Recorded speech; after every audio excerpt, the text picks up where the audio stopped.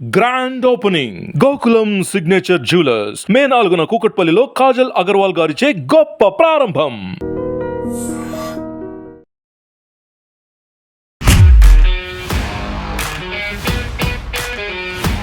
నమస్తే, welcome to I dream money matters with Anil AKV. Simplifying money, one episode at a time. Anil గారు నమస్తే అండి.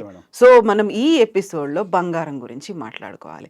బంగారం అనగానే మరీ బంగారంలా తయారైపోయింది. యాక్చువల్గా 90,000, 1,20,000, 2 లక్షలకు వెళ్తుంది అనుకుంటే సడన్గా 55,000-56,000కే దొరుకుతుంది అనే మాట వినిపిస్తోంది. ఏంటి అసలు బంగారానికి అంత ఎక్కువ రెక్కలు రావడం ఏంటి? మళ్ళీ అవి టప్పున కింద పడిపోతుంది, 56,000కి సెటిల్ అవుతుంది అనడం ఏంటి? యాక్చువల్గా ఏం జరుగుతుంది బంగారం విషయంలో? మనము అంటే దీనికి ఎపిసోడ్స్ ముందు వి స్పోక్ అబౌట్ ఈక్విటీస్ మాట్లాడాం కదా madam. Exactly. Spoke about equities, తర్వాత ఇన్వెస్ట్మెంట్స్ ఏవేవి మాట్లాడాము, ఎఫ్డి మాట్లాడాము, తర్వాత డిపాజిట్స్ మాట్లాడాము. ఇప్పుడు బంగారం అసలు ఈక్విటీస్ టచ్ చేయలేదు అనుకుంటాం మనం.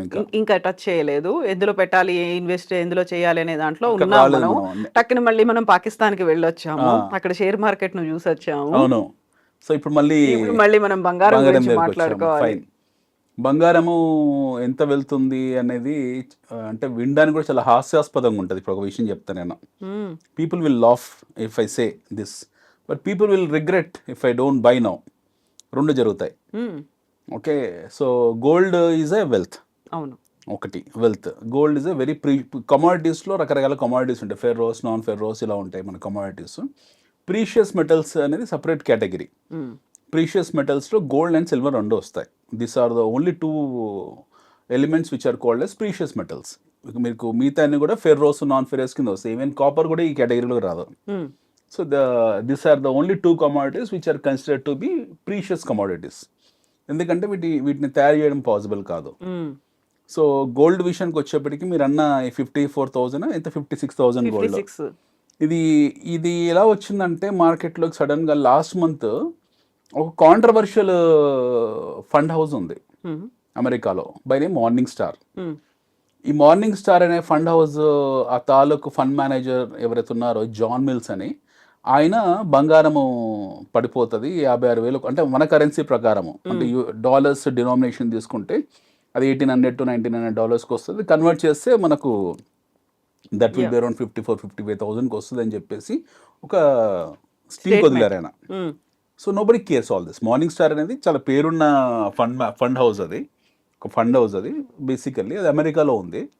సో ఈ జాన్ మిల్స్ అనే వ్యక్తి ఇప్పుడే కాదు, ఎప్పటి నుంచో నేను చదువుకునే కాలం నుంచి కూడా ఇలాంటి కాంట్రవర్సీలు ఇవ్వడానికి చాలా పేరు ప్రఖ్యాతులు ఉన్న వ్యక్తి. సో ఈవెన్ బుల్ మార్కెట్లో బేర్ మార్కెట్ వస్తుందని, బేర్ మార్కెట్లో బుల్ మార్కెట్ వస్తుందని ఇలాంటి చాలా కాంట్రవర్షియల్ స్టేట్మెంట్స్ ఇచ్చాడు. సడన్గా వీళ్ళు బంగారం ఎప్పుడైతే మూవ్ అవుతుందో వీళ్ళందరూ బేసికలీ హెడ్జ్ ఫండ్ మేనేజర్స్ అంటారు వీళ్ళని. బంగారం పడుతుంది అన్నారు ఆయన. మనకు తెలియదు ఆయన ఇంటెన్షన్ అంటే ఆయన ఏ చార్ట్స్ చూసి మాట్లాడాడో తెలీదు. సో ఆయన పర్స్పెక్టివ్ అది. సో దాన్ని ప్రపంచంలో ఎవరు సీరియస్ తీసుకోలేదు, కానీ మన తెలుగు మీడియా మటుకు బాగా సీరియస్ తీసుకున్నారు. ఇండియా కూడా ఎవరు మాట్లాడలేదు, ఓన్లీ తెలుగు మీడియాలో మాట్లాడారు. మనకు సంచలనాత్మకమైన వ్యాసాలు మనకు తెలుగులో ఎక్కువ కావాలి కాబట్టి 56,000 బంగారం అని చెప్పేసి వాళ్ళు మన దాంట్లో క్రియేట్ చేశారు. బట్ అదే రోజు బంగారం 5-6% పెరిగింది వచ్చిన తర్వాత. ఎందుకంటే బంగారం ధరల్ని దాన్ని డిసైడ్ చేసేది తెలుగు బయ్యర్స్ లేకపోతే మన ఇండియన్ బయ్యర్స్ కాదు. ప్రపంచ బులియన్ మార్కెట్ గోల్డ్ని డిసైడ్ చేస్తుంది. మనం చిన్న ప్రేక్షక పాత్ర మాత్రమే మనది. మన బయింగ్ యాటిట్యూడ్ మనం ఏదైతుందో బయింగ్ యాక్టివిటీ చిన్న పాత్రనే మనది. వరల్డ్ గోల్డ్ కౌన్సిల్లో మన అమ్మకాలు కొనుగోలు ఏవైతే ఉంటుందో ఈటీఎఫ్ ద్వారా కానివ్వండి, ఫిజికల్ గోల్డ్ ద్వారా కానివ్వండి, అది మొత్తం 10% కన్నా ఎక్కువ ఉండదు. సో మనం డిసైడింగ్ ఫ్యాక్టర్ కాదు.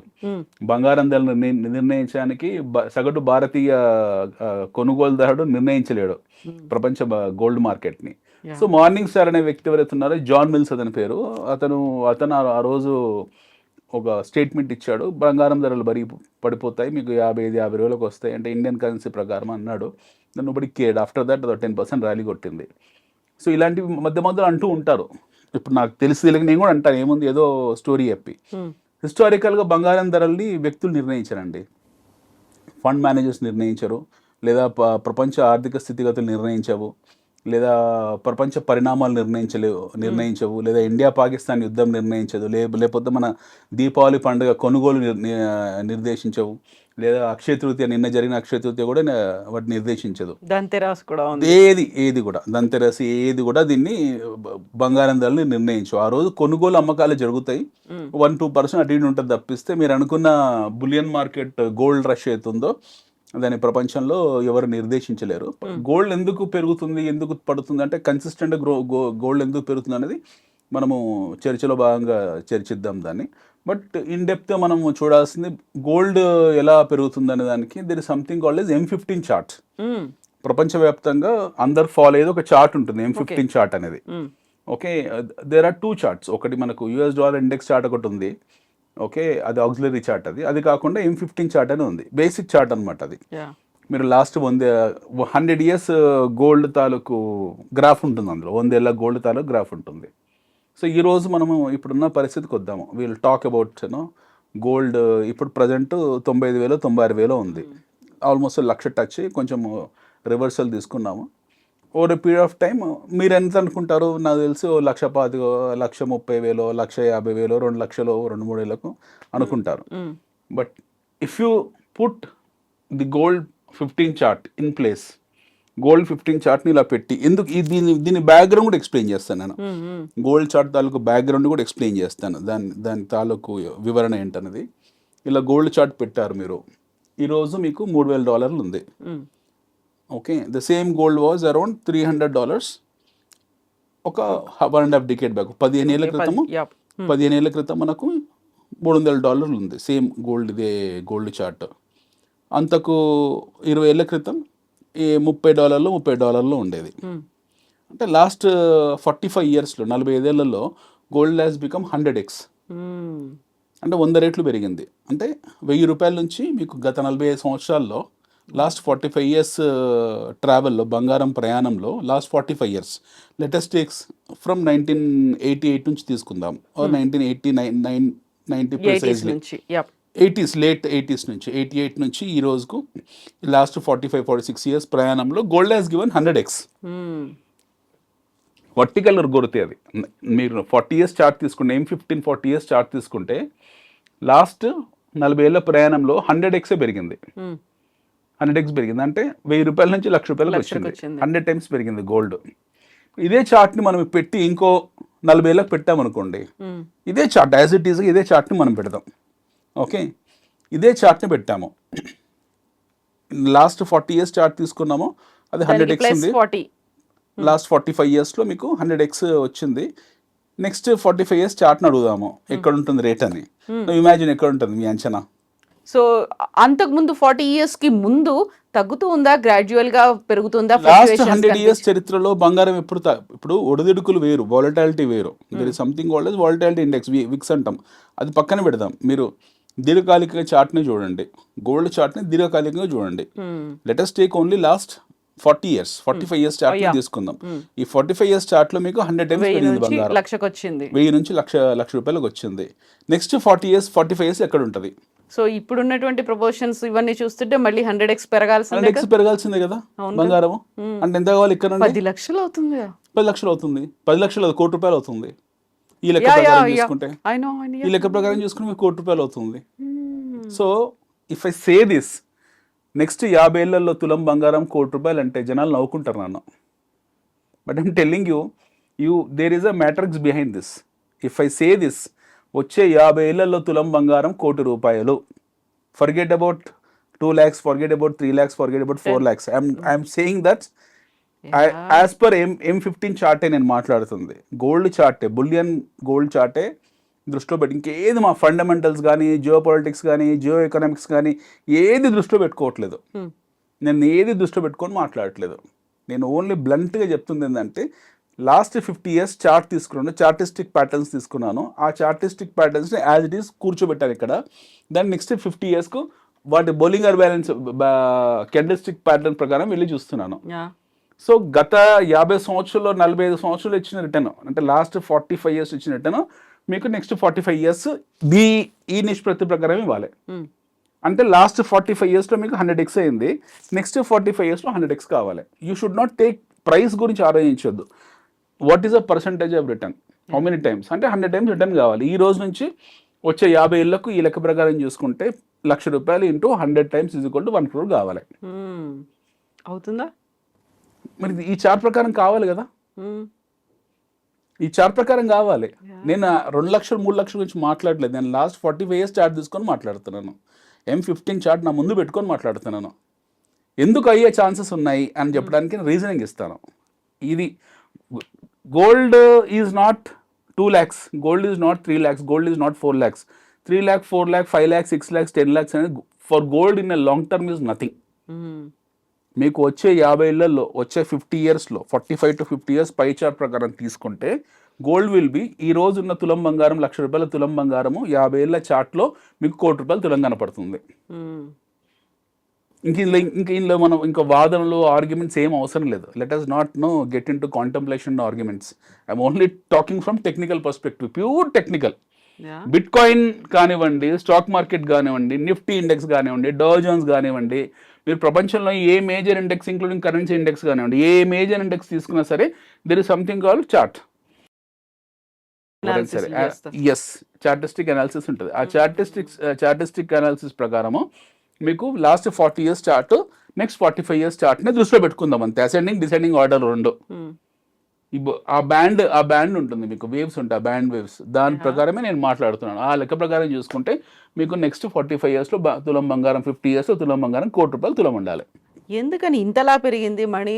అసలు ఊహించని విధంగా ₹1,00,00,000 ఎందుకని చేరబోతోంది? రీజన్స్ ఏమున్నాయి అసలు? I tell you. ఇప్పుడు మనం ఫండమెంటల్ రీజన్ కొద్దాం. ఇంతసేపు నేను మాట్లాడిన technical reason, whatever I spoke is technical reason. Now will talk about fundamental reason. ఫండమెంటల్స్కి వద్దాం, బ్యాక్గ్రౌండ్కు. ప్రతిరోజు ప్రపంచవ్యాప్తంగా every day in the world, ప్రతిరోజు ప్రపంచవ్యాప్తంగా మీకు ఆల్మోస్ట్ 60 నుంచి 70 లక్షల టన్నుల మైనింగ్ జరుగుతుంది. It can be any mining, it can be coal mining, it can be what you call iron ore mining. Okay, రకరకాల మైనింగ్ జరుగుతుంది మీకు. Bauxite, sulphate, iron ore, ferro alloys, aluminium, రకరకాల మెటల్స్ మీకు ఖనిజాల తాలూకు డిపాజిట్స్ ఉన్న భూగర్భంలో వాటి తాలూకు మైనింగ్ జరుగుతుంది. ప్రపంచంలో మానవ చరిత్రలో, హ్యూమన్ హిస్టరీలో, అంటే హోమోసెఫియన్ మానవ చరిత్రలో, హోమోసెఫియన్స్ మనందరం కూడా ఈ మానవ చరిత్రలో, let us take human history of last 10,000 years మానవ చరిత్ర అనుకుందాం, లేదా లాస్ట్ 5,000 years హ్యూమన్ హిస్టరీ తీసుకుందాం, 5,000 సంవత్సరాల హ్యూమన్ హిస్టరీ తీసుకుందాం. అంటే పిరామిడ్లు పుట్టిన కాలం నుంచి ఈ రోజు వరకు ఇవాల్వ్ అయిన పరిణామక్రమం తీసుకుందాం. గత 5,000 సంవత్సరాల మానవ చరిత్ర పరిణామక్రమం తీసుకుందాము. ఇప్పటి వరకు కూడా ప్రపంచవ్యాప్తంగా మనం గోల్డ్ హ్యూమన్ హిస్టరీలో ఈ రోజు వరకు భూగర్భంలో ఉన్న బంగారంని, అంటే డిస్కవరబుల్ గోల్డ్ అవుతుందో, గోల్డ్ కెనాట్ బి ఇన్వెంటెడ్. పరసవేది లాంటివన్నీ అబద్ధాలు, అలాంటివి ఏమీ లేవు. మనం ఏమో అనుకున్నాం కదా పరసవేదులు అలాంటివి, అవన్నీ అబద్ధాలు, అలాంటివన్నీ స్టోరీస్, అవన్నీ కూడా మన దగ్గర తయారు చేశారు అనేది అవన్నీ చెప్పుకుంటాం, రాసుకోవడం చాలా బాగుంటాయి పరసవేది లాంటివన్నీ కూడా. మనం let us be very practical.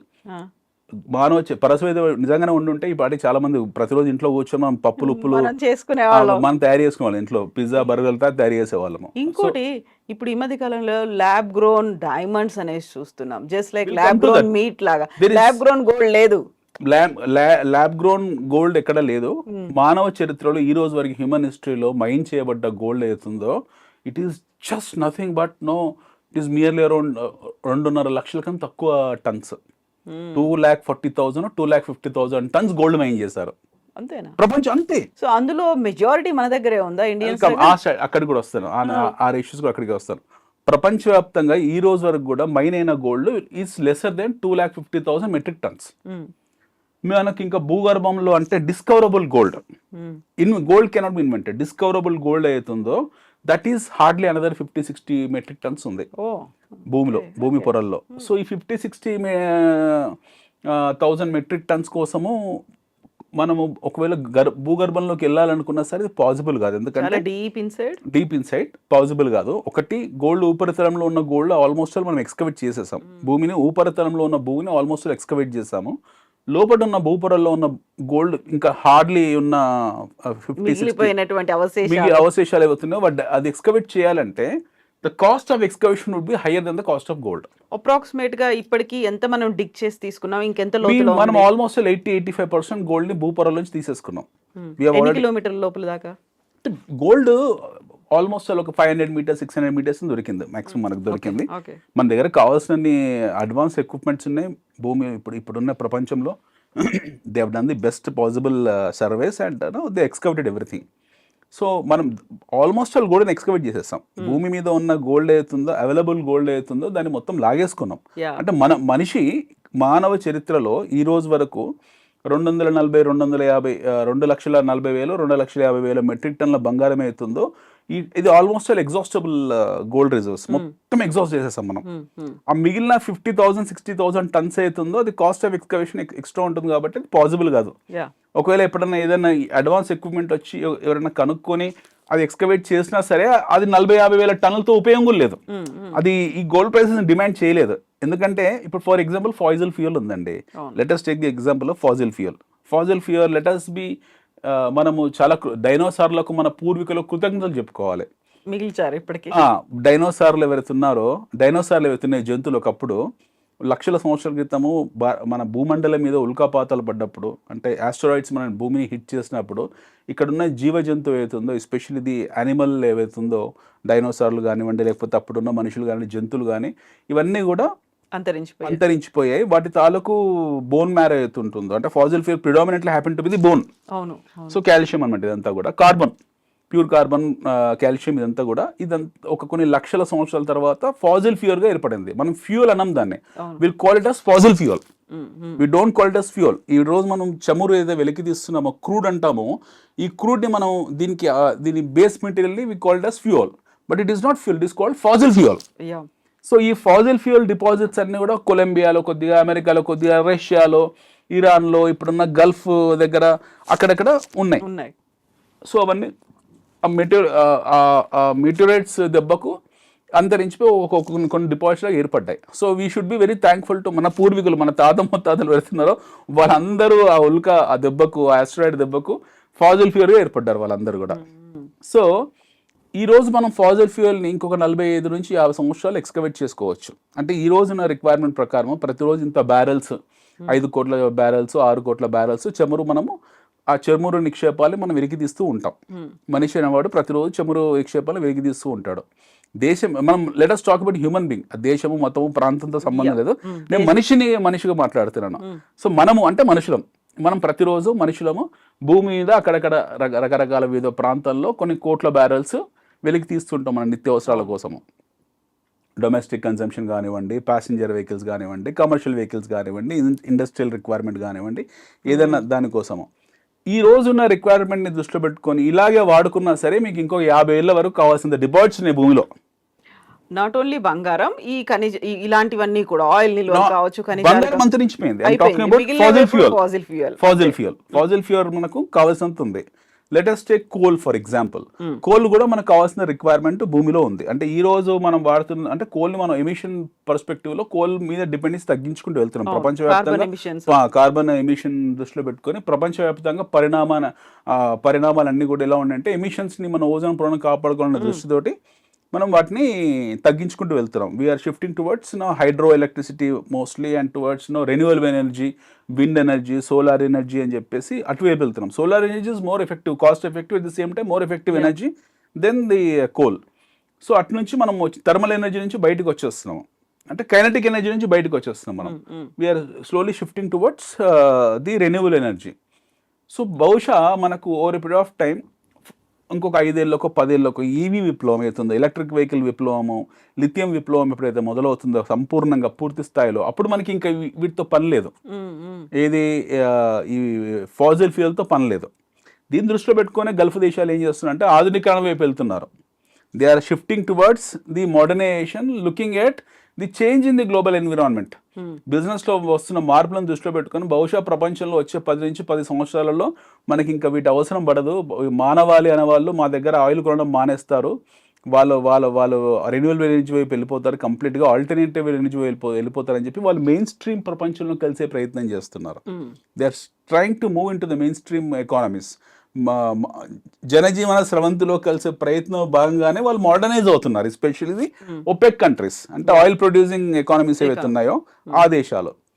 So coming back to gold is not fuel, gold is not like fossil fuel. అంత డిపాజిట్స్ మన దగ్గర లేవు భూగర్భంలో.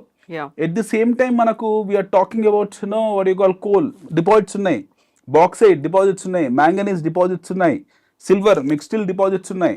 ఇంకా మనం మాట్లాడుకోవాలనుకుంటే వజ్రాలు మీరు ఇందాక మాట్లాడారు, వీ హ్యావ్ హ్యూజ్ డిపాజిట్స్, దానికి ఏం కౌంట్ లేదు. అయినప్పటికీ ల్యాబ్ గ్రోన్ అనేది ఉంది ఎందుకంటే అది ఈజియెస్ట్. ఆ ల్యాబ్ గ్రోన్ మన తయారు చేస్తుంది సూరత్ లో. అయితే గోల్డ్ ఈ డైమండ్ విషయంలో చాలా విచిత్రమైన విషయం ఏంటంటే ప్రపంచవ్యాప్తంగా 100% డైమండ్ ఎక్స్కవేషన్ అవుతుందో, అంటే డైమండ్ మనకు ఆఫ్రికా నుంచి వస్తుంది, దాన్ని పాలిష్ చేసేది మన సూరత్లో. 98% of diamonds are polished in Surat. మన దేశం ఈ రోజు నుంచి కాదు, మీకు సింధు నాగరికత కాలం నుంచి కూడా దాదాపు 4000-5000 సంవత్సరాల చరిత్ర ఉంది సూరత్కు. మన దేశంలో సూరత్కు, గుజరాత్ తీరంలో ఆ రోజుల నుంచి కూడా ఇక్కడికి వస్తుంది. మీకు ఎస్పెషలీ బ్రిటిష్ కాలనీస్ ఏవైతే ఉన్నాయో, ఫ్రెంచ్ కాలనీస్, స్పానిష్ కాలనీస్ ఏవైతే ఉన్నాయో, ఆ రోజుల్లో ఐరోపా వాసులు అందరూ కూడా ఆఫ్రికాకి వెళ్ళి అక్కడున్న ఆఫ్రికా వాళ్ళని బానిసలం చేసుకొని వాళ్ళతో డైమండ్స్ని ఎక్స్కవేట్ చేయించేవాళ్ళు. ఎస్పెషల్ డీబిర్స్ లాంటి కంపెనీస్ అందరు కూడా చేయించేసి వాటిని ఆ ముడి సరుకుని మన దేశానికి పంపిస్తే మనం పాలిష్ చేసి మిగతా పంపించేవాళ్ళం. సో ఒక ముడి సరుకు సపోజ్ రా మెటీరియల్ గోల్డ్ అనుకుందాము, ఒక గోల్డ్ మీకు రా మెటీరియల్, ఒక క్యారెట్ బంగారం వాడికి ఒక $100 రా మెటీరియల్ ఉంది. ఆ డీబిర్స్ కంపెనీ వాడు దాన్ని $100 రీటైల్ మార్కెట్లో అమ్ముతాడు. ఆ $100 మన దేశానికి $200 వస్తుంది. మనం దాన్ని పాలిష్ చేసి $1000 అమ్ముతాం.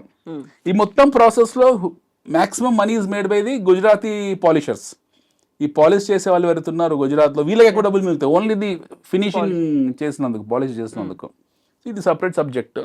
బట్ స్టిల్ మీకు డైమండ్ ఏవైతుందో ప్రీషియస్ రాక్స్ అంటాం వాటిని, ఏవైతే ప్రీషియస్ రాక్స్ ఉన్నాయో, diamond is pure carbon deposits ఎక్కువ కూడా మీకు ఆఫ్రికాలో లేకపోతే రకరకాల దేశాల్లో, అంటే ఎస్పెషల్లీ వెనిజులా అంటే అలాంటి దేశాలు, అమెరికాలో, మెక్సికో ఇలాంటి ప్రాంతాల్లో ప్యూర్ కార్బన్ ఎక్కడైతే ఆ డిపాజిట్స్ ఎక్కడైతే ఉన్నాయో కార్బన్ ట్రేసింగ్లో మీకు డైమండ్లు దొరికిపోతాయి.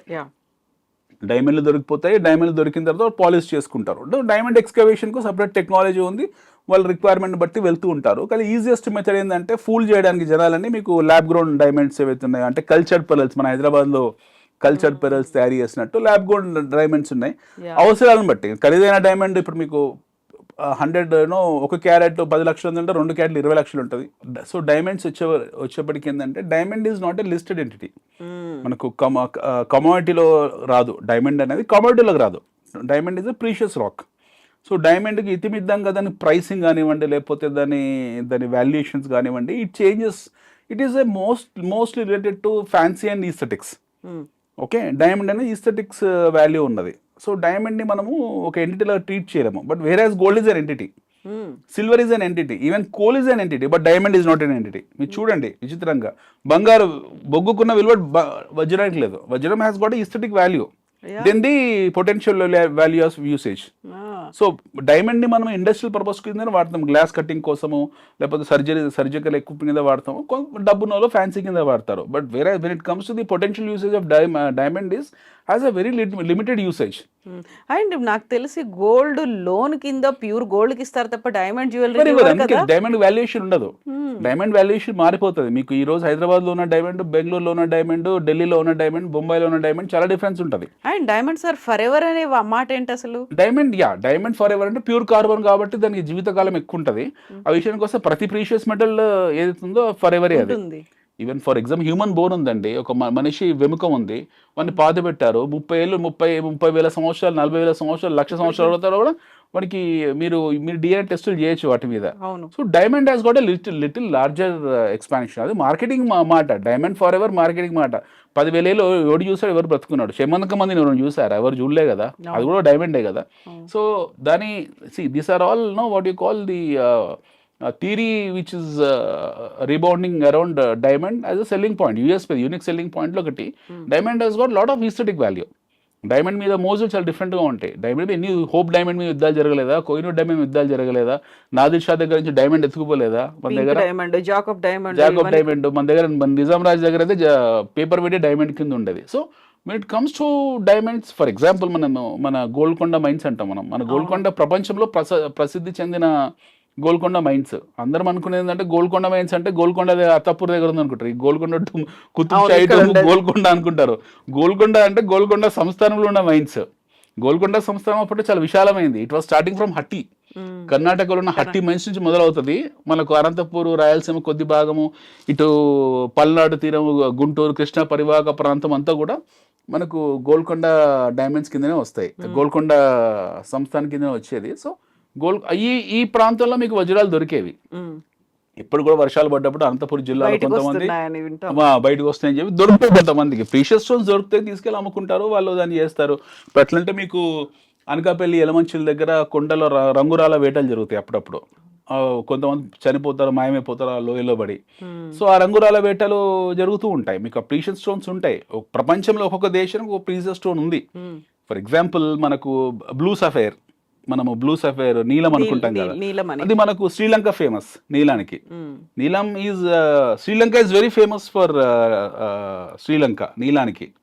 సో టోపాస్కి ఒక దేశం ఫేమస్, క్యాట్ ఐ దానికి ఒక దేశం ఫేమస్, ఎల్లో సఫైర్ కనకపుష్యరాగం దానికి ఒక దేశం ఫేమస్. ఇట్లా రూబీస్ ఒక్కొక్క దానికి ఒక దేశం. ఇట్లా రకరకాల ప్రాంతంలో రకరకాల, ఇప్పుడు మనం నవరత్నాలు ఏవైతే మాట్లాడుతున్నామో ఈ నవరత్నాలు రకరకాల ప్రాంతాల్లో ఉన్నాయి. జేడ్స్ అదొక దేశం, అది భూమి ఎక్కడో, అదొక బ్యాక్టీరియా, అది ఫంగీ, అది జేడ్ అనేది ఎక్కడో జపాన్ తీరంలో సముద్ర లోపల ఉంటుంది అది. సో ఆల్గే లాగా ఫామ్ అవుతుంది, అదే జేడ్స్ కింద మార్చేస్తారు వాటిని. సో ఇట్లా ఇవన్నీ కూడా ఫ్యాన్సీ ఐటమ్స్. ఇవన్నీ కూడా even diamond, even for that matter Kohinoor diamond కూడా ఫ్యాన్సీ ఐటమే. వాల్యుయేషన్ అనేది ఫ్యాన్సీ. ఇప్పుడు పెయింటింగ్ ఉంది, మీరు ఎంత అంటే మీ స్తోమతను తగ్గట్టు మీరు వేలం పాటలో ఉంటారు. ఇప్పుడు మోనాలిసా పెయింటింగ్ ఉంది, మోనాలిసా పెయింటింగ్ ఎవరు ఇష్టం అంటే వాళ్ళు విలువ కడతారు. వజ్రానికి కూడా అట్లనే విలువ కడతారు. సో వజ్రం క్యారెట్ ఇంత అని, ఇప్పుడు హైదరాబాద్లో సపోజ్ ₹1,00,000 వజ్రం ఉందనుకోండి, బొంబాయిలో 50,000 ఉంటుంది. మీరు సూరత్ పోతే 10,000 చెప్తాడు. హోల్సేల్ మార్కెట్ వేరు, రీటైల్ మార్కెట్ వేరు, పరిచయం ఉన్నోడు వేరు, పరిచయం లేనోడు వేరు, అమాయక బకరగాడు వేరు, అట్లా రకరకాల ప్రైసెస్ ఉంటుంది. దానికి ఒక ఫిక్స్డ్ ప్రైస్ అంటే ఏం లేదు. అదే బొగ్గు తీసుకోండి, కోల్ ఫిక్స్డ్ ప్రైస్ దానికి, ఇండియా మొత్తం ఎక్కడ పోయినా సరే. బియ్యం తీసుకోండి, సోనా మసూరి ఫిక్స్డ్ ప్రైస్, బాస్మతి, దావత్, గీవత్ ఏవైనా సరే ఎంఆర్పి ఒకటే రేట్ ఉంటుంది. డైమండ్కి రేట్ లేదు. So diamond has got only aesthetic value. మన టేస్ట్ బర్డ్స్ని బట్టి మన వాటి రేటు ఖరీదులు కడతారు, వాళ్ళ రేట్ చెప్తారు షాపులో, నచ్చితే కొనుక్కుంటాం, లేకుంటలేదు. బట్ బంగారం అలా కాదు కదా. బంగారం as a pure value, economic value ఉంది బంగారానికి. ఎందుకంటే బంగారం మీదనే ఆర్థిక వ్యవస్థలు జరుగుతాయి. 1991లో 1991లో మన దేశము 60 టన్నుల బంగారం మనం లండన్ బ్యాంక్లో తీసుకెళ్లి కుదువ పెట్టాం. అంటే మన ఆర్థిక స్థితి బాగాలేదు. 1991లో చాలా తీవ్రమైన సంక్షోభంలో ఉన్నాం. మనం తినడానికి తిండి గింజలు కూడా లేవు. వచ్చి చెప్పాలంటే మన FCI గోడౌన్స్ ఆల్మోస్ట్ అడుగంటిపోయాయి 1991లో. 1991లో మనం almost 55 tons of gold has been mortgaged in London bank మన సర్వైవల్ కోసం. 1991లో మీకు అప్పుడు ఇందాక అనుకున్న మాటనే 1000-2000 మధ్యలో ఉంటుంది గోల్డ్ తులం ఆ టైంలో. It must be around 1,200-1,300 rupees తులం బంగారం. 5,000 ఇప్పుడు వచ్చింది. 5,000 2000లో వచ్చింది. 5,000 gold has come somewhere in 99-2000లో వచ్చింది. బట్ దానికి 10 ఏళ్ల ముందు ఇది. 1991లో మీకు 1,500-2,000 ఉండుండొచ్చు. ఆ టైంలో మనము almost 50 turns of gold reserves మన దగ్గర నుంచి తీసుకెళ్లి మనం తాకట్టు పెట్టాం. ఎక్కడ? లండన్ బ్యాంక్లో. దట్ వాజ్ అవర్ కండిషన్ ఆ టైంలో 1991. తర్వాత దాన్ని బేస్ చేసుకుని 1991 తర్వాత నూతన ఆర్థిక సంస్కరణలు తీసుకొచ్చి P. Narasimha Rao garu then entire India got changed. Today in India we have around 850 metric tons of gold మన దగ్గర ఈరోజు. గవర్నమెంట్ రిజర్వ్ బ్యాంక్ ఆఫ్ ఇండియాలో ఉన్న గవర్నమెంట్ దగ్గర ఉన్నది ఆల్మోస్ట్ 850 మెట్రిక్ టన్నుల బంగారం మన దగ్గర ఈ రోజు ఉంది. రిజర్వ్ బ్యాంక్ ఆఫ్ ఇండియాలో అఫీషియల్ ప్రభుత్వానిది, మన దేశ ప్రజలది అంటే ప్రభుత్వానిది. మన ప్రభుత్వం దగ్గర ఉన్న బంగారం విలువలు ఈరోజు నిలువ 850, ఆల్మోస్ట్ 840, 850, 860 రిజర్వ్స్ మన దగ్గర మెట్రిక్ టన్ రిజర్వ్స్ ఈ రోజు ఉన్నాయి. 91లో మన దగ్గర 50 టన్నులు కూడా లేదు. ఈ రోజు ప్రపంచంలో 6th or 7th ర్యాంక్ మంది. I think we are about 7th rank in the world in terms of gold reserves. Official reserve bank of ఇండియాలో ఉన్న gold reserves we rank around 7th in the world. First వచ్చి America around 8,000 metric tons ఉంది వాళ్ళ దగ్గర. ఇక్కడ విషయం చెప్తాను, విచిత్రం ఇంకోటి వస్తుంది. ప్రపంచవ్యాప్తంగా ఉన్న బంగారం వచ్చి మనం అనుకుంది 2,40,000 మెట్రిక్ టన్లు, 2,40,000 metric tons official gold which is there as per gold council. 2,40,000, 2,50,000 మెట్రిక్ టన్ల మధ్యలో బంగారం మీకు ప్రపంచవ్యాప్తంగా ఉంది. అందులో 9,000 మెట్రిక్ టన్నులు అమెరికన్ రిజర్వ్ ఫెడ్లో ఉంది, అంటే ఫెడరల్ రిజర్వ్లో ఉంది, వాళ్ళ దగ్గర పెట్టుకున్నారు. దాని బేస్ చేసుకుని వాళ్ళు ముద్రణ వ్యవస్థ అవన్నీ జరుగుతుంటాయి వాళ్ళది. నోట్ల ముద్రణ, బాండ్స్ ముద్రణ, అదే కొలెటరల్ కాబట్టి, బంగారమే కొలెటరల్ కాబట్టి దాని బేస్ మీద మనం ఎకానమీ రన్ అవుతుంది. సో 50-60 టన్స్ మనం 91లో కుదవబెట్టాము. ఇప్పుడు మన దగ్గర 850, 860, 870 ప్రిసైజ్లీ మన దగ్గర ఉంది. ఓకే, ఇక్కడ ప్రభుత్వం దగ్గర ఉంది, రిజర్వ్ బ్యాంక్ ఆఫ్ ఇండియాలో. సో ప్రపంచంలో 10% ఆఫ్ అన్ఆడిటెడ్ గోల్డ్, సివిల్ గోల్డ్ భారత ప్రజల దగ్గర ఉంది. Around 25,000 to 26,000 turns of gold, 20,000 టన్నులు, 25,000 టన్నుల బంగారం, 26,000 టన్నుల బంగారం భారత ప్రజల దగ్గర ఉంది. This is unaccounted gold. అంటే వరల్డ్ గోల్డ్ కౌన్సిల్ అంచనాలో వచ్చింది, బట్ ఇది ప్రభుత్వం దగ్గర లేదు, ప్రజల దగ్గర ఉంది. అంటే ప్రపంచంలో ఉన్న 10% బంగారము భారత ప్రజల దగ్గర ఉంది. అంటే మన ఆర్థిక వ్యవస్థ ఎంత బలమైందో చూడండి.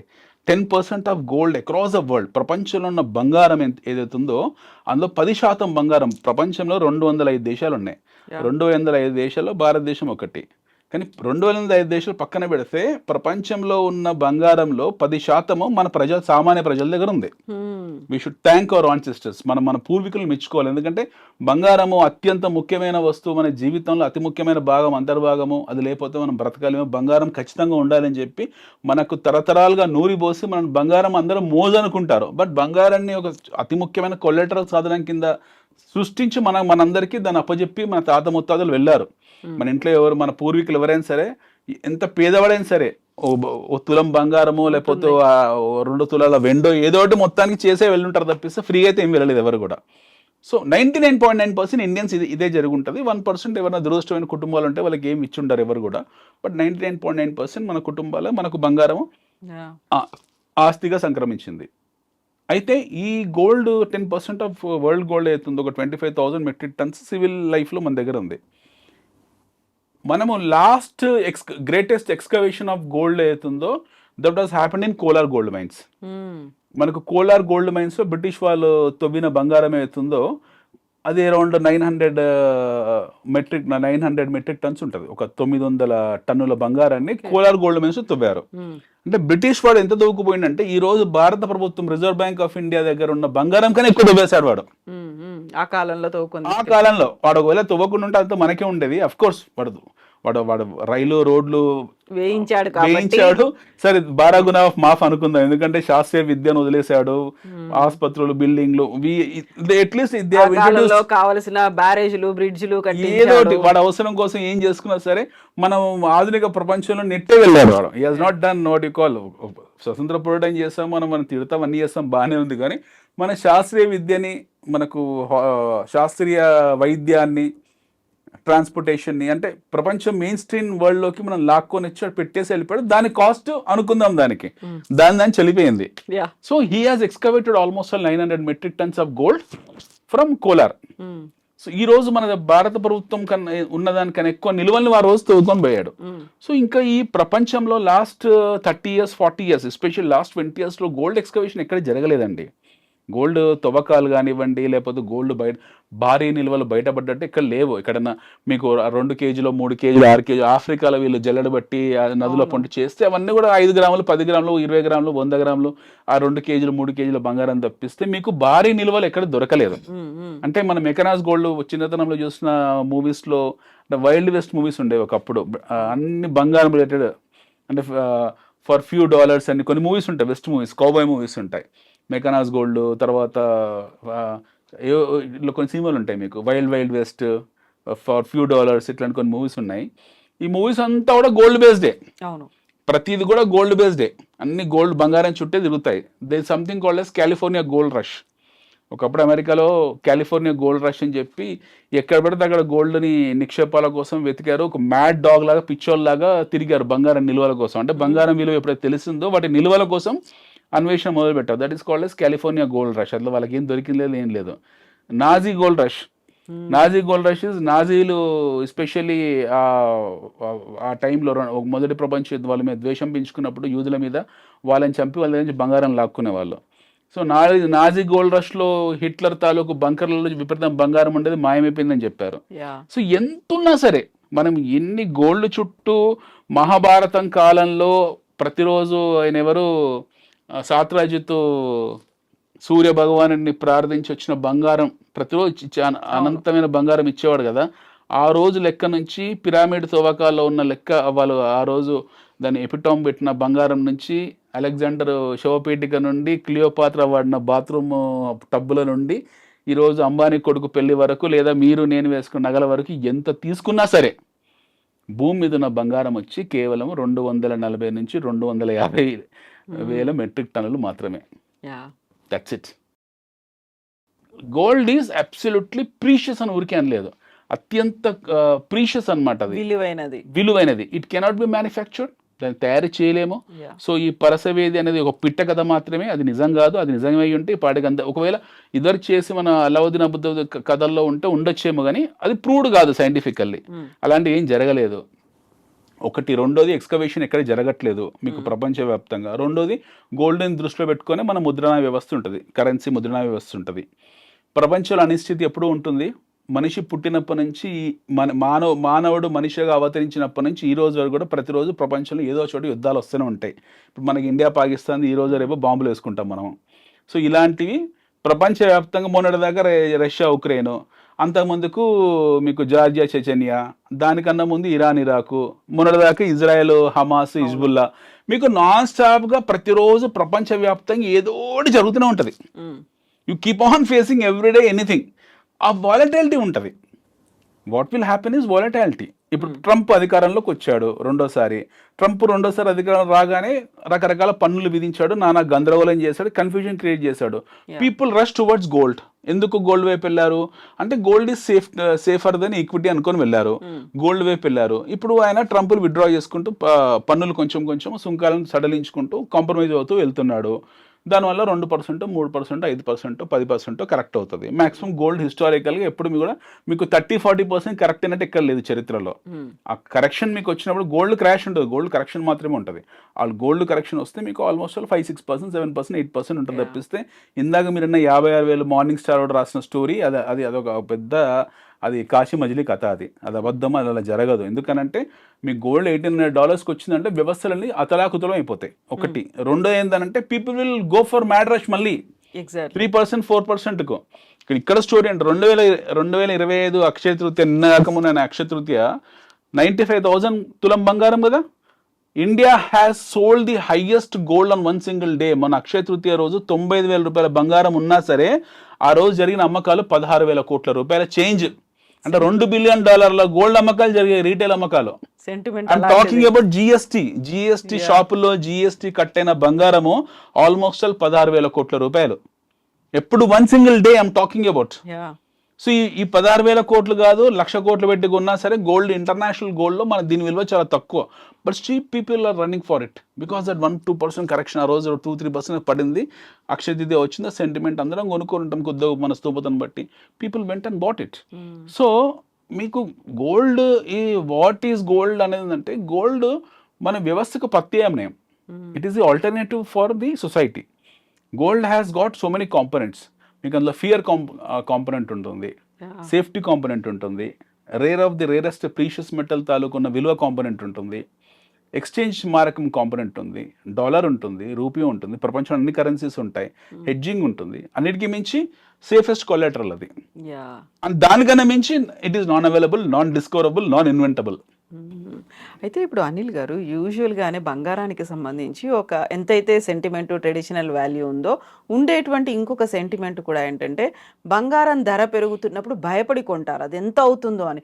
తగ్గుతున్నప్పుడు ఇంకా తగ్గుతుందేమో ఆశతో కొనకుండా చూస్తారు అని. So what do you suggest, ఈ టైంలో బంగారం కొనుక్కోవాలా? కొనుక్కోవచ్చండి, అది వాళ్ళ స్తోమత. అది బంగారం ఒక్కరోజు ఆపరు కదా మనుషులు. Buying will not stop at 1 single day కదా. ఇప్పుడు ఈరోజు 3% మొత్తం జీవితకాలం సంపాదన. బట్ ఒక మనిషి మీరున్నారండి Kavitha garu, you have got a son, రేపు పొద్దున మీ కోడలు వస్తుంది. ఓకే, మీరు ఈ పాటికి కొనుంటారు కదా గోల్డ్, ఎంతో అంత మీరు మీకంటూ గోల్డ్ కార్పస్ చేసుకుని ఉంటారు కదా. ఎప్పుడు కొనుంటారు మీరు? పెళ్ళైన కొత్తలో మీ అత్తగారు పెట్టుంటారు, మీ అమ్మగారు పెట్టుంటారు, అవునా? తర్వాత మీకు అది మీ కష్టంతో మీరు కొనుక్కొని ఉంటారు, మీ వారు కొనుంటారు. తర్వాత మీ అబ్బాయి పుట్టినప్పుడు వాడి మెడలో గోల్స్ కోసం కొనుంటారు. పెద్దోడే ఉంటాడు మళ్ళీ కొనుంటారు, మీ అమ్మాయి కోసం కొద్ది కొనుంటారు.